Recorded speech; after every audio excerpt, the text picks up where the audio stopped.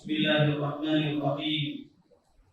يا أيها النبي قل لأزواجك وبناتك ونساء المؤمنين يدنين عليهن من جلابيبهن ذلك أدنى أن يعرفن فلا يؤذين وكان الله غفورا رحيما صدق الله العظيم. بزرگان محترم، بھائیوں اور دوستوں، ادھر کچھ ہفتوں سے ایک موضوع میڈیا پر چھایا ہوا ہے جس سے آپ حضرات اچھی طرح سے واقف ہیں. سب سے پہلے ہماری ان مسلمان بہنوں کو سلام ہے جنہوں نے اپنے دین کے ایک عظیم ترین حکم کو پامال ہونے سے بچانے کے لیے اپنی تعلیم کو قربان کرنا، اپنے امتحانات کو قربان کرنا گوارا کیا، لیکن اللہ کے حکم کو اپنے ہاتھ سے توڑنا انہیں پسند نہیں ہوا. اللہ تعالیٰ ان کے اس جذبے کو، ان کے اس جذبے پر اور ان کی اس قربانی پر اللہ انہیں اپنے عظیم ترین اجر سے نوازے اور انہیں جس ہمت کے ساتھ اور جس بہادری اور جس جرأت مندی کا انہوں نے مظاہرہ کیا ہے، انہیں پوری امت کی طرف سے جو ہے سلام ہونا چاہیے. ان کے حق میں دعائیں ہونی چاہیے کہ جو کام ان بچیوں نے، ان طالبات نے اور دوسرے علاقوں کے اندر ہماری مسلمان بہنوں نے کیا ہے، وہ ہندوستان کی ہی نہیں بلکہ پورے عالم کی تاریخ میں ایک ایسی تاریخ انہوں نے رقم کی ہے جو اس سے پہلے کبھی نہیں کی. جب حجاب کی خاطر ہماری یہ بہنیں لڑ رہی ہیں، حجاب کے تعلق سے جب یہ آگے بڑھ رہی ہیں، حجاب کے خاطر جب یہ مقابلہ کر رہی ہیں، اپنے امتحانات کے قربانی کے لیے بھی تیار ہیں، اپنی تعلیم کا نقصان بھی برداشت کرنے کے لیے تیار ہیں، معلوم ہوا کہ انہیں ان کے گھروں کے اندر ان کے والدین نے کیسی تربیت دی تھی، اسلام کے اس عظیم حکم کے تعلق سے ان کی کس انداز میں تربیت ہوئی تھی، اس سے اندازہ ہوتا ہے. جن لوگوں تک یہ بات معلوم نہیں ہے، جن لوگوں کو جو حجاب کی اہمیت کو نہیں سمجھتے، انہیں صرف اتنا جاننا ضروری ہے کہ اللہ تعالیٰ نے دنیا کے اندر دو صنف پیدا کیے ہیں، مردوں کی اور عورتوں کی. مردوں کے تعلق سے اور عورتوں کے تعلق سے اللہ کی جدا جدا احکامات. عورت کو اللہ نے جن فطری اوصاف سے نوازا ہے، ان فطری اوصاف میں مرد ان سے مختلف ہیں، عورتوں کے اوصاف بالکل الگ ہیں، لہذا ان کے لیے بعض احکامات مردوں کے مقابلے میں بالکل جدا ہیں. پردہ کے تعلق سے، حجاب کے تعلق سے عورتوں کو خصوصیت کے ساتھ اس بات کا حکم دیا گیا کہ وہ پردے میں رہیں، بلکہ اللہ کے نبی صلی اللہ علیہ وسلم نے تو یوں فرمایا المرأة عورت، عورت پردے کی چیز. اللہ کے نبی نے یوں فرمایا کہ عورت پردے میں رہنے کے لیے پیدا کی گئی، جو پردے کی چیز ہے. اسلام عورت کے تعلق سے یہ تصور دیتا ہے کہ عورت ایک انتہائی قیمتی ہیرا، جس ہیرے کو سب کے سامنے نہیں رکھا جاتا. قیمتی سے قیمتی ہیرا، قیمتی سے قیمتی مال انسان اس کو چھپا کے رکھتا ہے، لوک میں رکھتا ہے، اس پر کسی کی نظر نہ پڑے. اسلام عورت کو سب سے قیمتی ہیرا قرار دیتا ہے جس کی کوئی قیمت نہیں. اتنی بلند قیمت ہے اس کی کوئی قیمت نہیں دے سکتا. اس لیے اللہ کے نبی نے فرمایا کہ وہ عورت ہے، یعنی وہ پردے میں رہنے والی چیز. اور فرمایا فَإِذَا خَرَجَتْ اسْتَشْرَفَهَا الشَّيْطَانُ، جب وہ باہر نکلتی ہے شیطان اس کے پیچھے لگ جاتا ہے، اس کو لوگوں کی نظروں میں مزین کر کے پیش کرنے کی کوشش کرتا ہے. ایک جگہ آپ نے فرمایا کہ عورتیں شیطان کا جال، عورتیں شیطان کا جال ہے، شیطان اپنے اس جال کے ذریعے شکار کرنے کی کوشش کرتا ہے. اللہ کے نبی نے فرمایا کہ عورت پردے میں رہنے والی چیز ہے. جب وہ نکلے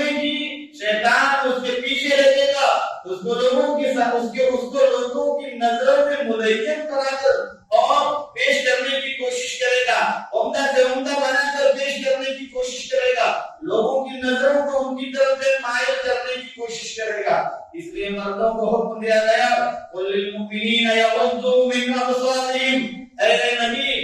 مومنوں سے کہیے کہ وہ اپنی نگاہوں کو نیچی رکھا کریں، وقل للمؤمنات یغضضن من ابصارهن، اور مومن عورتوں سے کہیے کہ وہ بھی اپنی نگاہیں نیچی رکھیں۔ مرد عورت کی نگاہ جب مل جائے گی پھر اس کے بعد کے مراحل نہایت خطرناک ہے، اس لیے عورت کے لیے پردے کا حکم دیا گیا۔ پردہ جہاں اس کے لیے اللہ اور اس کے رسول کے حکم کی ادائیگی ہے،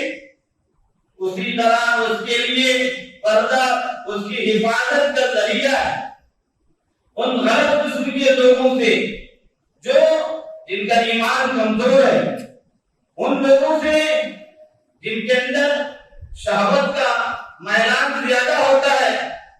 ان لوگوں سے جو فاسق اور فاجر قسم کے ہوتے ہیں،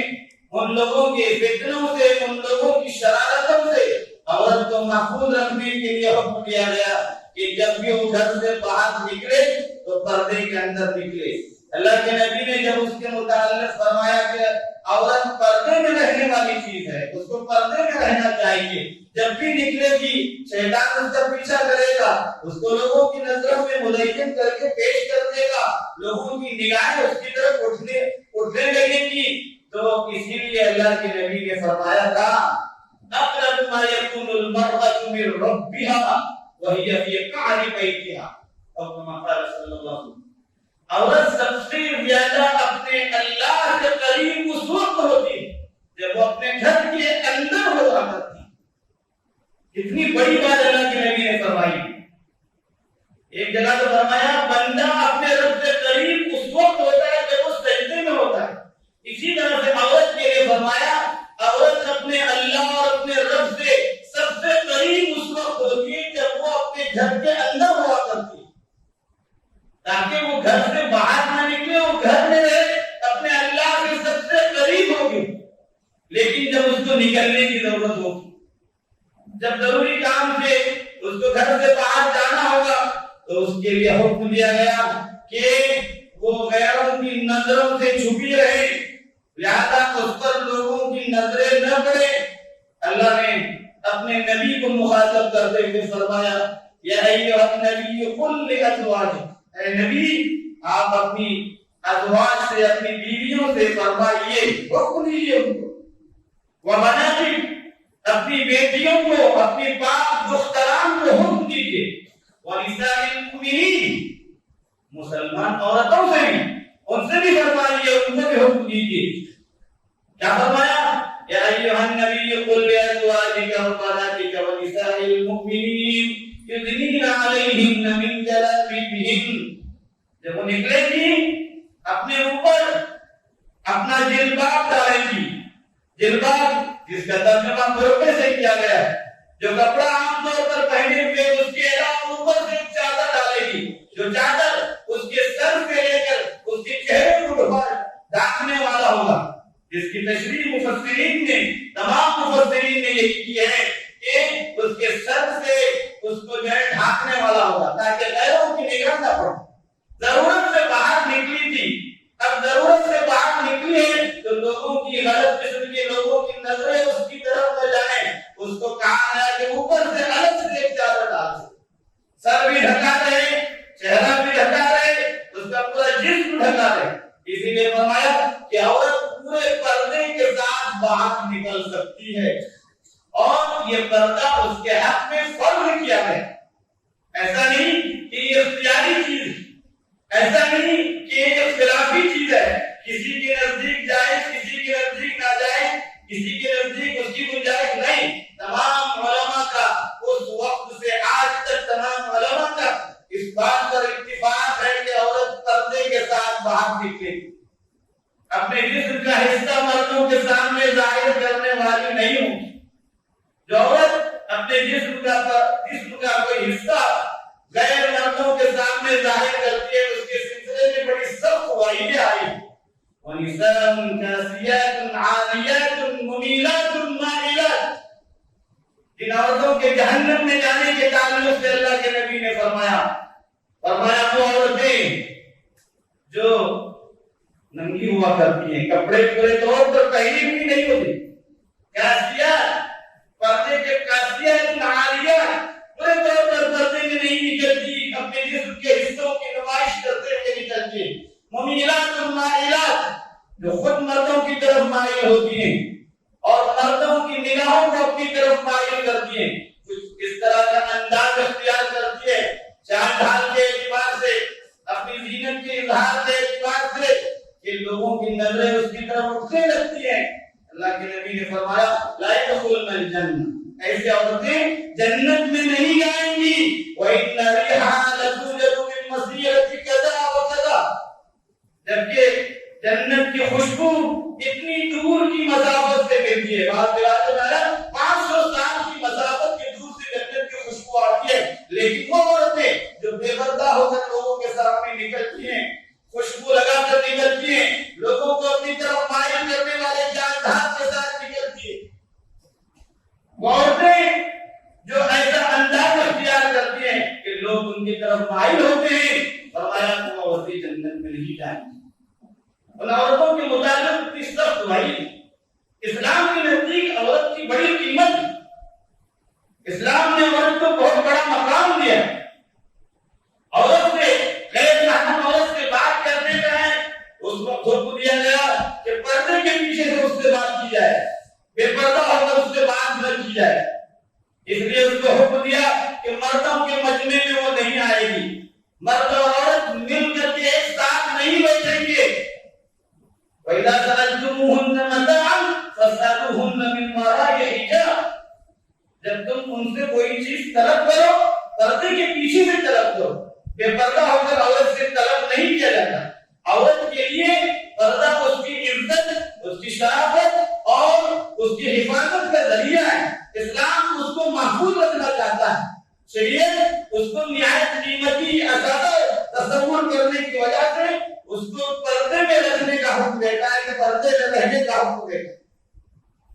جب عورت بلوغ کی عمر میں پہنچ گئی تو اس کے لیے زندگی بھر کے لیے پردہ ہے، وہ صرف اپنے محرم مردوں کے سامنے، اپنے شوہر کے سامنے اپنا چہرہ کھول سکتی ہے اور وہ لوگوں کے سامنے بغیر برقعے کے انہی لوگوں کے سامنے آ سکتی ہے جو اس کے محرم مرد، باپ، بھائی، چچا، ماموں، یہ حضرات ہیں، یا اس کا شوہر ہے، یا اس کی اولاد ہے، یا اولاد کی اولاد ہے، جو ان کے محرم کہے جاتے ہیں، ان سے اس کے لیے پردہ نہیں ہے کہ ان کے سامنے برقعے میں رہنا اس کے لیے ضروری نہیں، بقیہ تمام مردوں کے سامنے اس کے لیے بے پردہ آنا، چہرہ کھول کر کے آنا جائز نہیں ہے۔ چہرے کے پردے کے تعلق سے ایک مشہور حدیث ہے، ام المؤمنین حضرت عائشہ رضی اللہ عنہا ایک غزوے میں ان کا ایک ہار گم ہو گیا تھا، اللہ کے نبی صلی اللہ علیہ وسلم پورے قافلے کو لے کر نکل کے حضرت عائشہ رضی اللہ عنہا استنجا کے لیے گئی تھی، کہتے ہیں کہ میں بہت چھوٹی سی تھی، ہلکی پھلکی تھی، پالکی کو اٹھا کر اونٹ پر رکھ دیا گیا، قافلہ پورا نکل گیا، میں ابھی دور گئی تھی اپنی حاجت پورا کرنے کے لیے، جب واپس آئی تو پورا قافلہ جا چکا تھا، ان لوگوں کو اندازہ نہیں ہوا کہ میں جو پالکی میں نہیں ہوں، وہ پالکی میں مجھے ہے سمجھ کر کے اونٹ کو جائے اس پر اونٹ پر پالکی رکھ کر چلے گئے، میں اکیلی رہ گئی، میں وہاں پر بیٹھی رہی، اللہ کے نبی صلی اللہ علیہ وسلم پورے قافلے کو لے کر آگے نکل چکے تھے، لیکن آپ کی عادت شریفہ تھی ایک آدمی کو پیچھے رکھتے تھے تاکہ سفر میں کوئی چیز گر گئی ہے، کوئی چیز رہ گئی ہے تو اس کو اٹھا کر ساتھ میں لائیں، حضرت صفوان بن معطل رضی اللہ عنہ ان کو پیچھے رکھا تھا، وہ جب پیچھے سے آئے تو دیکھا کوئی آدمی محسوس ہو رہا ہے اندھیرے میں، جب قریب آئے ام المؤمنین کے چہرے پر نظر پڑی، ام المؤمنین فرماتی ہیں کہ میں نے فوراً اپنے چہرے کا پردہ کر لیا، جیسی ان کی نظر مجھ پر پڑی تو انہوں نے انا للہ و انا الیہ راجعون کہا، اس کے علاوہ میں نے ان کا کوئی لفظ نہیں سنا، چونکہ پردے کے حکم کے نازل ہونے سے پہلے وہ مجھے دیکھ چکے تھے، اس لیے مجھ پر جیسی ہی نظر پڑ گئی تو انہوں نے مجھے سمجھ لیا کہ میں ام المؤمنین حضرت عائشہ ہوں۔ پھر اس کے بعد وہ جب انہوں نے پردہ کیا وہاں سے نکل کر کے کے جب آگے آئے پھر مدینے پہنچے پورا قصہ سورہ نور کے اندر بیان کیا گیا ہے تو معلوم ہوا کہ ام المؤمنین نے فرمایا